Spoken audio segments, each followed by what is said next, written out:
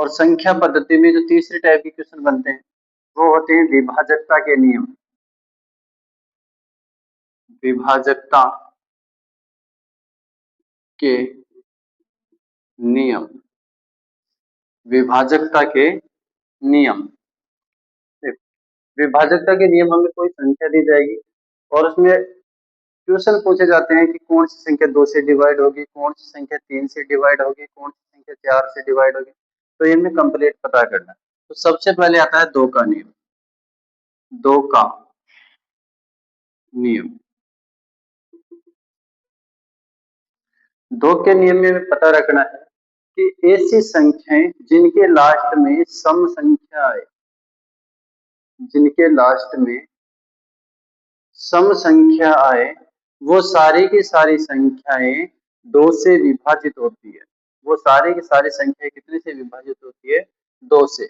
सम संख्या आ जाए 2, 4, 6, 8 और 0। अगर किसी भी संख्या के लास्ट में 2, 4, 6, 8 और 0 है तो वो कंप्लीट संख्याएं 2 से विभाजित होती है। इसके बाद में आता है 3 का नियम। 3 का नियम। 3 का नियम यह कहता है कि आपको कोई भी संख्या दी हुई है और अगर आप उस संख्या के टोटल अंकों को जोड़ते हो और जोड़ने के बाद अगर कुल योग में 3 का भाग जाता है तो वो कंप्लीट संख्या 3 से विभाजित होगी। यानी कि अंकों का योग, अंकों का योग बाई 3। मान लीजिए कोई संख्या है 2, 3, 5, 7, 9, 11, 2, 3। ये कोई संख्या है। अब इसमें पूछा जाए क्या यह संख्या 3 से विभाजित है? तो करना क्या है कि टोटल अंकों का योग करना है। तो योग करेंगे तो 5, 10, 7, 17, 17 और 9 26, 1 27, 28, 28 और 2 30 और 3 33। क्या 33 में 3 का भाग जाता है? हाँ, 33 में 3 का भाग जाता है तो ये जो कंप्लीट संख्या है ये 3 से विभाजित होगी। कंप्लीट संख्या 3 से विभाजित होगी। इसी संख्या में पूछ ले कि क्या यह संख्या 2 से विभाजित है? तो 2 से विभाजित अंत में देखो कि यहाँ पर हमारे पास कोई सम संख्या है या फिर 2, 4, 6, 8 या 10 है? नहीं है। तो ये संख्या 2 से विभाजित नहीं होगी। इसके बाद में आता है 4 का नियम। 4 का नियम। और 4 का नियम यह कहता है कि दी हुई संख्या के अंतिम 2 अंक और अंतिम 2 अंकों के इकाई और दहाई का अंक अगर दोनों 4 से विभाजित है तो कंप्लीट दी हुई संख्या भी 4 से विभाजित होगी। जैसे इसी संख्या की बात करें, लास्ट में कितना आ रहा है? 2 और 3 यानी कि 23 है। ये इकाई का अंक है, ये दहाई का है। क्या ये संख्या 4 से विभाजित होती है? 23 में 4 का भाग नहीं जाता तो ये कंप्लीट संख्या भी 4 से विभाजित नहीं होगी। अगर मैं 3 के आगे 6 लिख दूं तो लास्ट में इकाई और दहाई का कितना बन गया? 36। 36 4 से डिवाइड होती है तो ये कंप्लीट संख्या भी 4 से विभाजित होगी। तो इसमें हो जाएगा अंतिम 2 अंक डिवाइड बाई 4। अगर लास्ट के 2 अंकों में 4 का भाग जाता है तो वो कंप्लीट संख्या 4 से विभाजित होगी। अगला आता है 5 का नियम। 5 का नियम।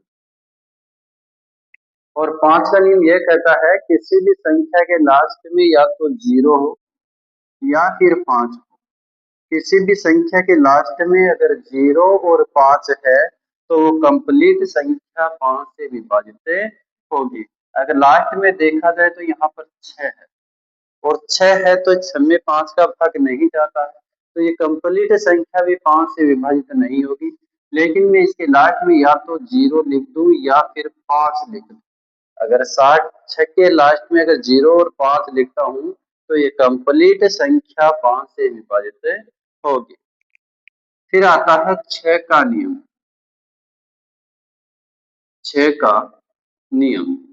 और 6 का नियम यह कहता है कि जो संख्याएं 2 का और 3 का नियम फॉलो करती है वह संख्याएं 6 का नियम भी फॉलो करती है। यानी कि 2 का नियम और 3 का नियम फॉलो करने वाली संख्याएं 6 का नियम फॉलो करेगी। जिस संख्या में 2 का भाग भी जाए और 3 का भाग भी जाए वो कंप्लीट संख्याएं 6 से विभाजित होगी। फिर आता है 7 का नियम। 7 का नियम और 7 का नियम यह कहता है कि किसी भी संख्या के इकाई अंक को दोगुना करके शेष संख्या में से घटाते हैं। किसी भी संख्या के इकाई अंक को दोगुना करके शेष संख्या में से घटाते हैं। जैसे यहाँ पर हमने एक एग्जाम्पल ले लिया 882। एग्जाम्पल ले लिया 882। क्या 882 7 से विभाजित है? तो इसका पता कैसे करेंगे कि जो इकाई का अंक है इसको दो गुना करेंगे। इकाई के अंक को दो गुना, तो इसको दो गुना करो तो कितना होता है 4। अब ये जो 4 आया है दो गुना करने के बाद में इसको शेष संख्या में से घटा देते हैं। तो यहाँ पर है 88। 88 में से अगर 4 घटा देते हैं तो कितने बचते हैं 84। और 84 में 7 का विभाजित हो 7 से विभाजित होती है तो जो 882 है ये कंप्लीट 7 से विभाजित होगी।